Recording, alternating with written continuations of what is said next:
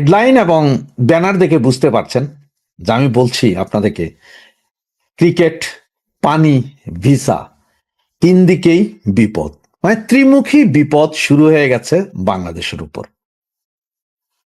এই ঘটনাগুলো আজকে বেশ কিছুদিন যাবৎ ঘটছে। আমরা হয়তো কেউ খেয়াল করেছি, কেউ খেয়াল করিনি, কিন্তু সকলেই কম বেশি জানি।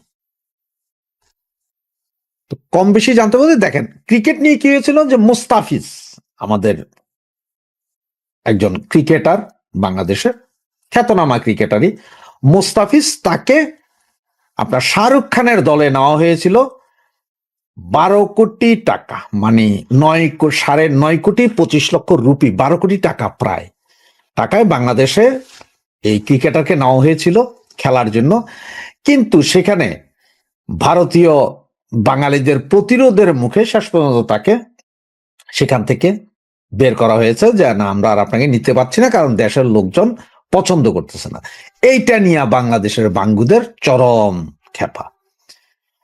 তো ভাই, আপনারা এত চরম খেপান কারণ আপনারাই তো বলেন যে আধিপত্যবাদ থেকে রক্ষা পেতে হবে, বয়কট ভারত, সবকিছু। তাহলে এই মোমেন মুসলমান মুস্তাফিজ হে ভারতের হয়ে খেলতে যাবে কেন? তার তো বাড়িঘর ভেঙে দেওয়া উচিত আপনাদের। সেটা না করে আপনারা লেগে গেলেন কার পিছনে? ভারতের পিছনে। ভারত কেন নিবে না? ভারত নিতে হবে। আরে বাবা রে বাবা, আপনার সারাদিন বসে আমার গাইলেও দিবেন, আবার আপনারা নিব। আবার কি বলছেন যে রাজনীতি টাইনেন না।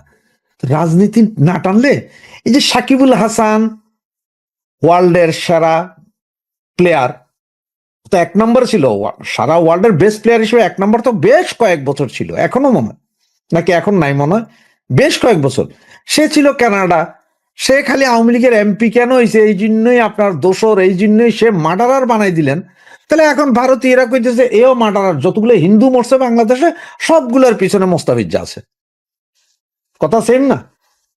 তো সুতরাং এরা নেয় নেই, এখন এইটা নেয় নেই। এই জন্য এখন আমাদের বাংলাদেশের ক্রিকেট বোর্ড ওনারা বুঝায় ফেলাইছেন যে বাবারে বাবা, এবার যদি আমরা টি-20 বিশ্বকাপে খেলতে যাই তাইলে যে দেখা যাবে যে ভারতে কলকাতার ইডেন গার্ডেন মাঠে একজন লোক আমাদের ইয়ে করবে না, সমর্থন করবে না, বরঞ্চ পুরা স্টেডিয়ামে এই যে হিন্দু নিধনের এই সচিত্র প্রতিবেদন দিবে সারা স্টেডিয়ামে, সবাই হাতে প্লেকার্ড থাকবে, তোরা জঙ্গি, তোরা জঙ্গির গোষ্ঠী। এগুলা ভাইবা চিন্তা, যেহেতু মানুষ পাবে না, খেলা মেলাও বরবাদ, কারণ দুয়োদনই দিবে, গালাগালি করবে। সুতরাং ওনারা কি করলেন যে আমরা খেলবো না, কোথায়? ইন্ডিয়াতে আমরা খেলবো না, নিরাপত্তার অভাব। আইসিসি কে ওনারা চিঠি দিলেন যে খেলা শ্রীলঙ্কাতে ঘুরাই নেওয়া যাওয়া হোক। এখন ওনারা চিঠি দেওয়ার পরে ভাই গতকাল রাতে আইসিসি জানাইলেন যে কোনো খেলা ঘুরান যাবে না, এই মুহূর্তে 1 মাস বাকি, আপনারা চাইলেই অমুক জায়গা তমুক জায়গা যাবেন, সেটা হবে না। আগে কর নাই কেন? এবং যদি না আসেন খেলতে পয়েন্ট কাটা যাবে, জরিমানা ফরিমানা তো আরো হবে, এটা হচ্ছে অন্য কথা, জরিমানা হবে। আর শয়তানি করতে করতে হয়তো কোন দিন দেখা যাবে যে এই যে আইসিসি থেকে ওয়ার্ল্ড কাপে যে ডিরেক্ট খেলেন সেটা থেকেও বাতিলিয়া যাবেন, আবার সে ডানা কাপ গতিয়া কাপের মতন খেলে খেলে আইতেইব। মানে যে 50 দেশের লগে খেইলা জিততা চ্যাম্পিয়ন হইলে আপনি আইবেন, নাহলে পড়ে যাবেন। এইটাও হইতে পারে যে টেস্ট ক্রিকেট থেকে বাদও দিতে পারে আপনাদের, কোনো সমস্যা নাই তো। কারণ আইসিসির কর্ণধার, ইনভেস্টার সবই তো বড় বড় ইন্ডিয়ানরা, আপনাদের 2 পয়সার দামও থাকতো না, বাইর করে দিতে পারে। হচ্ছে যে এক ভয়। সুতরাং ক্রিকেট নিয়ে ব্যাপক সমস্যা। এবার আসলে একটু পানি নিয়ে বলি। এই যে আপনার গঙ্গা চুক্তি তো এই মাসেই সম্ভবত শেষ হবে, না জানে আগামী মাসে। এটা নিয়ে অলরেডি এই দেশ ইন্ডিয়া থেকে আসছে, আবার বাংলাদেশ থেকে গেছে, এরা দেখে দেখে আসছে, কিন্তু এই চুক্তি আর হবে না। কারণ এবার দিল্লি দিবে না। এর আগে আপনার তিস্তা যেমন দিদি দিত না দিল্লি দিত, দিল্লি দিত না দিদি দিত, এই অবস্থা করে যেমন ঝুলে গেছে, এইবার গঙ্গাও গেছে। শুধু গঙ্গা না, যেটা শোনা যাচ্ছে বা যেটা খবর পাওয়া যাচ্ছে যে ভারতের অভিন্ন 53টা নদী, যে 53টা নদী বাংলাদেশের বিভিন্ন নদী নালা খাল বিলের সাথে এসে মিশছে, এগুলো সবগুলোতেই তারা এবার ব্যারিকেড দিবে।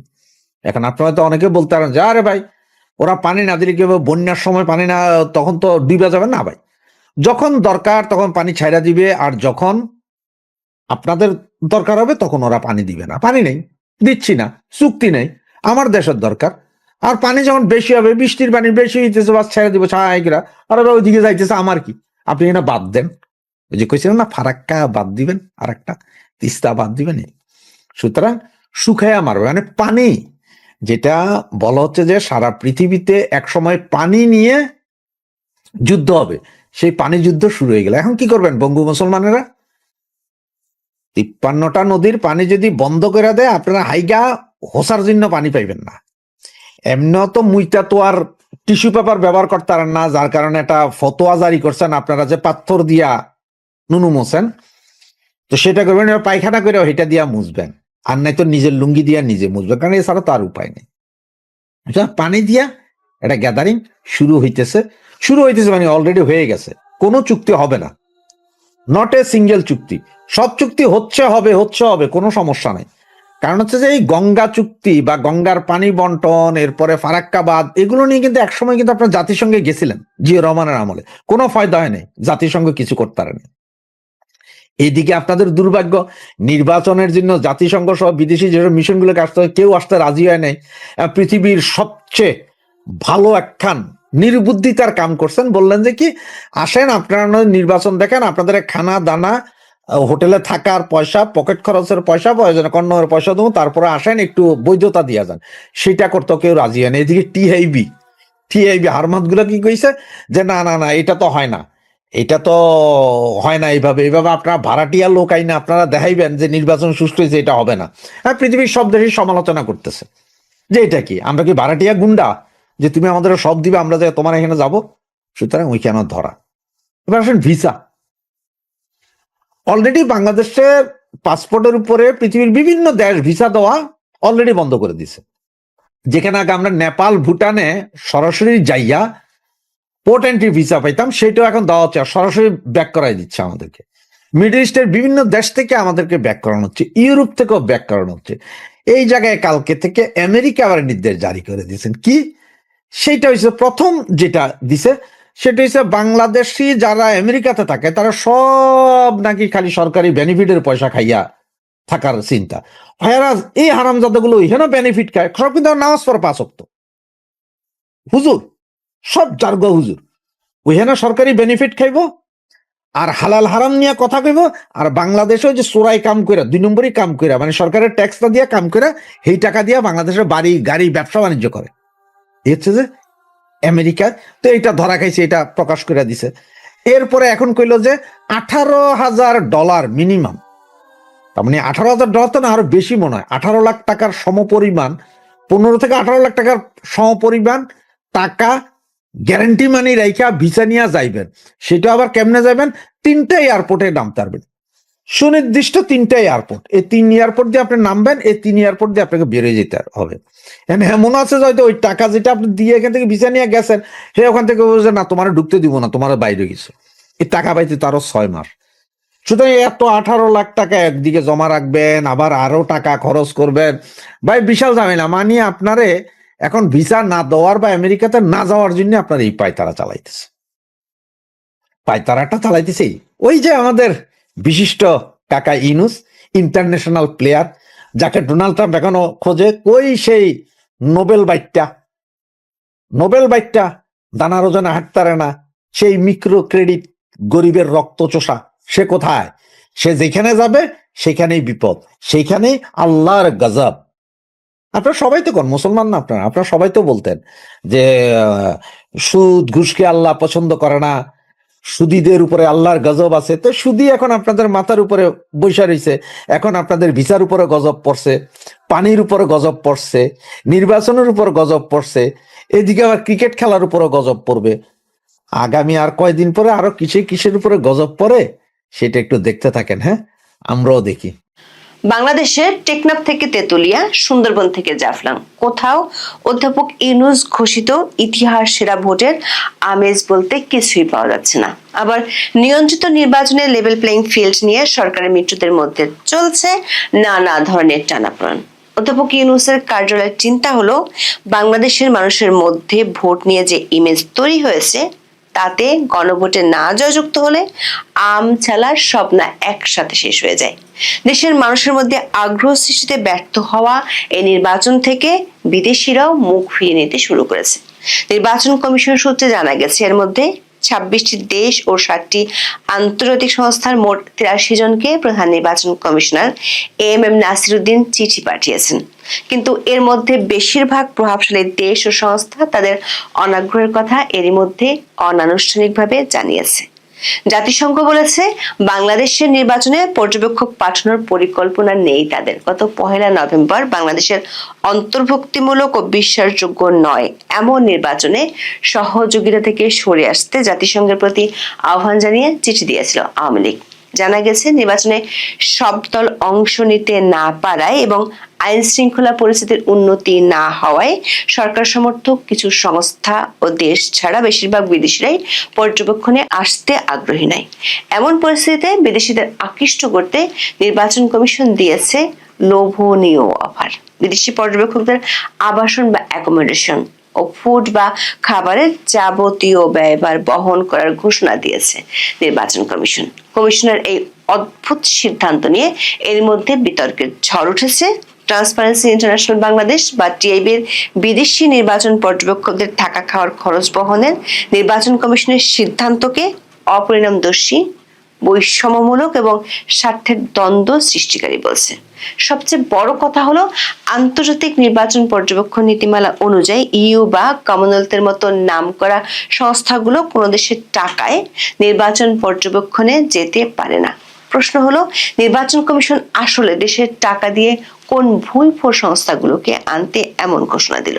অথবা ইউনূসের শাসনামলের ধারাবাহিকতায় নির্বাচনের তফসিল ঘোষণার পর থেকে কম বেশি প্রতিদিন দেশের কোথাও না কোথাও খুন খারাপি আর পপ সন্ত্রাস চলছে। এমন পরিস্থিতিতে নির্বাচন কমিশন চিন্তিত অস্ত্র উদ্ধার আর সন্ত্রাস নিয়ে। নির্বাচন কমিশনার অবসরপ্রাপ্ত ব্রিগেডিয়ার জেনারেল আব্দুল ফজলুল মোহাম্মদ সানাউল্লাহ অবশ্য দাবি করেছেন অবৈধ অস্ত্র উদ্ধারে 15 জানুয়ারি থেকে যৌথ বাহিনীর অভিযান আরো গতিশীল হবে। অবশ্য এমন কথা স্বরাষ্ট্র মন্ত্রণালয় থেকে গত 16 মাস ধরে শোনা যাচ্ছে। এর মধ্যে সরকারি কিংস পার্টিগুলোর আশঙ্কা হলো লেভেল প্লেইং ফিল্ড নিয়ে তাদের অভিযোগ নির্বাচনের আগে একটি নির্দিষ্ট দলের প্রতি প্রশাসন এক দলের একতরফা পক্ষপাতিত্বের পরিচয় দিচ্ছে। জাতীয় নাগরিক পার্টি বা এনসিপির মুখপাত্র দলটির কেন্দ্রীয় নির্বাচন পরিচালনা কমিটির প্রধান আসিফ মাহমুদ সজীব ভুঁইয়া 6 ডিসেম্বর নির্বাচন কমিশনে গিয়ে এমন অভিযোগের কথা শুনিয়ে এসেছেন। জাতীয় সংসদ নির্বাচনের ভোট গ্রহণ ও গণভোট সুষ্ঠু এবং নিরপেক্ষভাবে হবে কিনা তা নিয়ে শঙ্কার কথা জানিয়েছেন কিছুদিন আগে সরকারের কিচেন ক্যাবিনেটের সদস্য থাকা এই উপদেষ্টা। অন্যদিকে অন্তর্বর্তী সরকার চিন্তিত গণভোট নিয়ে। প্রচারণায় নেমেও মানুষের মধ্যে তেমন সাড়া ফেলতে না পারায় নতুন নতুন কর্মসূচি হাতে নিতে যাচ্ছে সরকার। এমন পরিস্থিতির মধ্যে জাতিসংঘ বলছে বাংলাদেশের সংসদ নির্বাচনে পর্যবেক্ষক পাঠানোর কোনো পরিকল্পনা সংস্থাটির নেই। 6 জানুয়ারি নিয়মিত ব্রিফিং এ বিষয়ে প্রশ্নের জবাবে জাতিসংঘের মহাসচিবের মুখপাত্র স্টেফান দুজারিক বলেন জাতিসংঘ নিজে নির্বাচন পর্যবেক্ষক পাঠায় না যদি না সাধারণ পরিষদ বা নিরাপত্তা পরিষদের পক্ষ থেকে কোনো ম্যান্ডেট থাকে। এটি এখন আর জাতিসংঘের কাজের অংশ নয়। জাতিসংঘ সবশেষ 2024 সালে ভেনেজুয়েলার প্রেসিডেন্ট নির্বাচনে একটি বিশেষজ্ঞ প্যানেল পাঠিয়েছিল। দর্শক, বাংলাদেশে অন্তর্ভুক্তিমূলক ও বিশ্বাসযোগ্য নয় এমন নির্বাচনে সহযোগিতা থেকে সরে আসতে জাতিসংঘের প্রতি আহ্বান জানিয়েছে আওয়ামী লীগ গত 1 নভেম্বর জাতিসংঘকে চিঠি দিয়েছিল। ঢাকায় জাতিসংঘ উন্নয়ন কর্মসূচি বা ইউএনডিপির প্রতিনিধি স্টেফান লিলার বরাবর পাঠানো চিঠিতে এই আহ্বান জানানো হয়। দলের পক্ষে চিঠিটি পাঠিয়েছিলেন সাবেক শিক্ষামন্ত্রী মহিবুল হাসান চৌধুরী নওফেল। দর্শক, শুধু জাতিসংঘ নয় আরো বহু সংস্থা থেকে ইতিবাচক সাড়া পাচ্ছে না বাংলাদেশের নির্বাচন কমিশন। জানা গেছে এরই মধ্যে 26টি দেশ ও 7টি আন্তর্জাতিক সংস্থার মোট 83 জনকে প্রধান নির্বাচন কমিশনার এম নাসিরুদ্দিন চিঠি পাঠিয়েছেন। এসব ব্যক্তিদের আসা যাওয়ার খরচ সহ 5 দিনের বিশেষ আতিথেয়তা দিতে চেয়ে আমন্ত্রণ জানিয়েছে ইসি। গত 30 ডিসেম্বর পাঠানো চিঠিতে সংশ্লিষ্টদের 15 জানুয়ারির মধ্যে এ বিষয়ক তথ্য নির্বাচন কমিশনকে নিশ্চিত করতে বলা হয়েছে। আগ্রহী বিদেশি গণমাধ্যম, সাংবাদিক সহ পর্যবেক্ষকদের 17 জানুয়ারির মধ্যে ইসিতে আবেদনের সময়সীমাও নির্ধারণ করা হয়েছে। আন্তর্জাতিক সংস্থার মধ্যে সার্ক, কমনওয়েলথ, ওআইসি, অ্যানফ্রেল, এওএ, আইআরআই ও এনটিআই রয়েছে। সূত্রগুলো বলছে এখনো পর্যন্ত ইউ ছাড়া অন্য কোনো সংস্থার পক্ষ থেকে প্রাথমিক সম্মতিও পায়নি ইসি। তবে সূত্রগুলো বলছে আসন্ন সংসদ নির্বাচন পর্যবেক্ষণের জন্য ইউরোপীয় ইউনিয়নের প্রধান পর্যবেক্ষক ও ইউরোপীয় পার্লামেন্টের সদস্য ইভার্স ইজাপস ৮ জানুয়ারি ঢাকায় আসছেন। এই সফরের পরও নির্বাচন পর্যন্ত আরো 2বার বাংলাদেশ সফর করার কথা রয়েছে তার সফরের পরে ইইউ চূড়ান্ত সিদ্ধান্ত নেবে। এমনকি পাকিস্তান, তুরস্ক ছাড়া অন্য দেশগুলোর কাছ থেকে এখনো ইতিবাচক সাড়া মেলেনি। 2008 সালে নবম সংসদ নির্বাচনে রেকর্ড সংখ্যক 593 জন বিদেশি পর্যবেক্ষক ভোট পর্যবেক্ষণ করেছিলেন। বিদেশিদের কাছ থেকে ইতিবাচক সাড়া না পাওয়ার মধ্যে বাংলাদেশের নির্বাচন কমিশন ঘোষণা করেছে তারা বিদেশি পর্যবেক্ষকদের আবাসন ও খাবারের খরচ বহন করবে। পর্যবেক্ষকদের আতিথেয়তায় ইসি বিভিন্ন দেশ থেকে আগত মোট 83 জন বিদেশি পর্যবেক্ষকের আবাসন বা অ্যাকোমোডেশন বা ফুড ও খাবারের যাবতীয় ব্যয়ভার বহন করবে। নির্বাচন কমিশনের দাবি, আন্তর্জাতিক অঙ্গনে নির্বাচনের বিশ্বাসযোগ্যতা তুলে ধরতে কমিশনের পক্ষ থেকে এই উদ্যোগ নেওয়া হয়েছে। অথচ আন্তর্জাতিক বিধান বলছে নির্বাচন কমিশন এমনটা করতে পারে না, কারণ এই সিদ্ধান্তটি আন্তর্জাতিক নির্বাচনী পর্যবেক্ষণের মূল স্তম্ভ এবং 2025 সালের ডিক্লারেশন অফ প্রিন্সিপালস বা ডিওপি এর সরাসরি পরিপন্থী। ফলে নির্বাচন কমিশনের এমন সিদ্ধান্তের পর কমনওয়েলথ, ইইউ, আইআরআই এর মতো নামকরা সংস্থাগুলো বাংলাদেশের নির্বাচন পর্যবেক্ষণে এসে বিতর্কে জড়াবে কিনা সে সন্দেহ দেখা দিয়েছে। 2005 সালে জাতিসংঘ গৃহীত আন্তর্জাতিক নির্বাচন পর্যবেক্ষণের মূল নীতিমালার 6 নম্বর অনুচ্ছেদে স্পষ্ট বলা হয়েছে, আন্তর্জাতিক পর্যবেক্ষণ মিশনগুলো সেই দেশের সরকারের কাছ থেকে কোনো অর্থায়ন বা অবকাঠামোগত সহায়তা গ্রহণ করবে না যে দেশের নির্বাচন তারা পর্যবেক্ষণ করছে, কারণ এটি স্বার্থের সংঘাত বা কনফ্লিক্ট অফ ইন্টারেস্ট তৈরি করে এবং মিশনের প্রতিবেদনের উপর মানুষের আস্থা কমিয়ে দেয়। স্বাগতিক দেশের পক্ষ থেকে পর্যবেক্ষকদের খরচ বহন করাকে আন্তর্জাতিক পরিমণ্ডলে ব্রাইবিং দ্য অবজারভার বা পর্যবেক্ষকদের প্রভাবিত করার চেষ্টা হিসেবে দেখা হয়। নির্বাচন কমিশন একটি সাংবিধানিক সংস্থা হলেও তারা সরকারের বাজেটের উপর নির্ভরশীল, ফলে তাদের দেওয়া আতিথেয়তা গ্রহণ করলে পর্যবেক্ষকদের নিরপেক্ষতা নিয়ে প্রশ্ন ওঠা স্বাভাবিক। ট্রান্সপারেন্সি ইন্টারন্যাশনাল বাংলাদেশ বা টিআইবি নির্বাচন কমিশনের এই ঘোষণাকে অত্যন্ত অদ্ভুত এবং সন্দেহজনক বলে মনে করছে। টিআইবির নির্বাহী পরিচালক ডক্টর ইফতেখারুজ্জামান মনে করেন, যারা সরকারের টাকা খরচ করে পর্যবেক্ষণ করতে আসবে তারা এক ধরনের ভাড়াটে পর্যবেক্ষক হিসেবে কাজ করতে পারে। এটি নির্বাচন কমিশনকে আন্তর্জাতিকভাবে একটি আজ্ঞাবহ প্রতিষ্ঠান হিসেবে জাহির করার সুযোগ করে দেবে।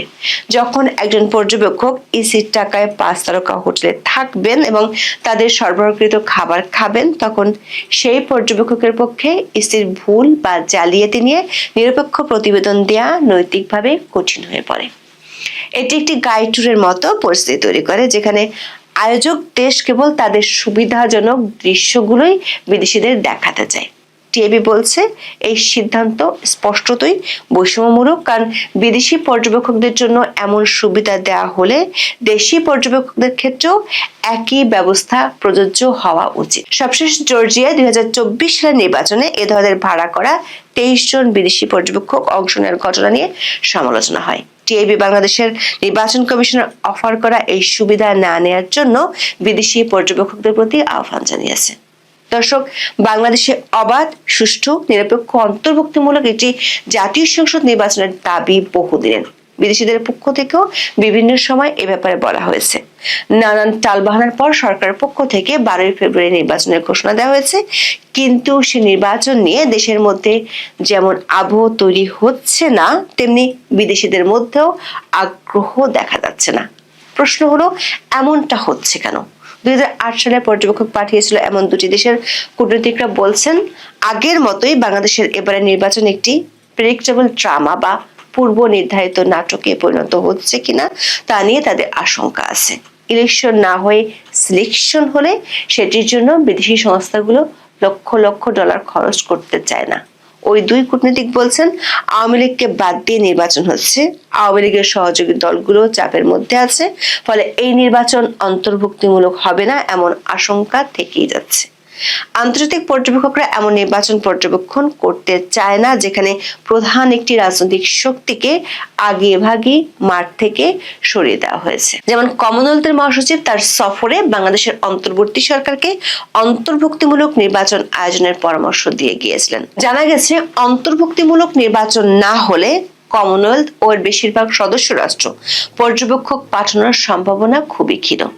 আবার সরকারের মিত্র দলগুলোর মধ্যে বিভেদ স্পষ্ট হয়ে উঠেছে, ফলে অনেকেই মনে করছেন এই নির্বাচন কেবল একটি বিশেষ পক্ষকে জয়ী করার আয়োজন মাত্র, যেখানে প্রকৃত রাজনৈতিক প্রতিযোগিতা অনুপস্থিত থাকবে। বিদেশিদের আশঙ্কা, অন্তর্বর্তী সরকারের ব্যর্থতায় এই নির্বাচনে সহিংসতার আশঙ্কা ব্যাপক। তফসিল ঘোষণার পর থেকে একের পর এক হত্যাকাণ্ড সেই সংখ্যাকে আরো বাড়িয়ে দিয়েছে। এমন পরিস্থিতিতে ভোটাররা নিশ্চিন্তে ভোট দিতে পারবেন কি না সেটি নিয়ে অনিশ্চয়তাও আছে। বড় দেশগুলোর বেশিরভাগ দূতাবাস নির্বাচনী প্রচার শুরু হলে নিজেদের কর্মীদেরকে অতিরিক্ত সতর্কতার সাথে চলাফেরার পরামর্শ দিয়ে রেখেছে। এমন পরিস্থিতিতে পর্যবেক্ষক টিম পাঠানোর সিদ্ধান্ত নেওয়ার পক্ষেই বেশিরভাগ দেশ ও দাতা সংস্থা। দর্শক, বিদেশি পর্যবেক্ষকরা কখনো একটি দেশের গণতন্ত্রকে উদ্ধার করতে পারে না, তারা কেবল আয়নার মতো কাজ করে। কিন্তু আবাসন ও খাবারের খরচ দিয়ে কেবল কিছু ভাড়া করা পর্যবেক্ষক পাওয়া সম্ভব, কিন্তু আন্তর্জাতিক মহলের আস্থা অর্জন কি সম্ভব? যদি নির্বাচনের সকল পক্ষের অংশগ্রহণ নিশ্চিত না হয়, তবে এই নির্বাচনটি ইতিহাসে কেবল আরেকটি নিয়ন্ত্রিত আনুষ্ঠানিকতা হিসেবে স্থান পাবে। এখন এই পর্যন্ত। সবাই ভালো থাকুন, সুস্থ থাকুন, নিরাপদে থাকুন। দেখা হবে আগামী